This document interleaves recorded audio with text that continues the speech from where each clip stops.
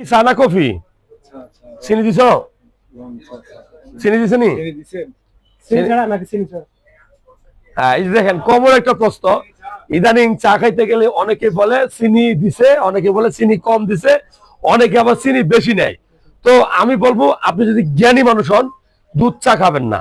দুধের অনেক উপকার, দুধে কি ক্যালসিয়াম থাকে, প্রোটিন থাকে, আপনি ডাইরেক্ট দুধ কিনে খাবেন। কিন্তু চায়ের সাথে যদি আপনি দুধ খান, দুধের গুণাবলী নষ্ট হয়ে যায়। অতিরিক্ত জাল দেওয়ার ফলে দুধের আর গুণাবলী থাকে না। আমি বলবো চা খেলে কি চা খাবেন, যেরকম র চা, ঠিক আছে, কালারফুল, ঠিক আছে। এখানে কোনো চিনি নাই, এখানে কোনো দুধ নাই। কারণ চিনি যদি আপনি অতিরিক্ত খান চায়ের সাথে, তাহলে আপনার ওজনটা বাড়বে, আপনার ডায়াবেটিস হওয়ার চান্স থাকবে, আপনার হার্ট অ্যাটাক হওয়ার চান্স থাকবে। সবচেয়ে খারাপ জিনিস হলো চা খাবেন ক্যাফেইনের জন্য। চা ব্রেনকে খুলে দেয়, ব্রেনকে ভালো রাখে। আর আপনি যদি সেটা খাইয়া আপনার ওজন বাড়ে, আপনি বরং হার্ট অ্যাটাক এবং ব্রেন স্ট্রোকের ঝামেলায় পড়েন, সেটা খাওয়ার কি দরকার? চা খাবেন ঠিকই, কিন্তু সেটা গ্রিন টি অথবা রং চা বা র চা, সেটা হলো চিনি ছাড়া।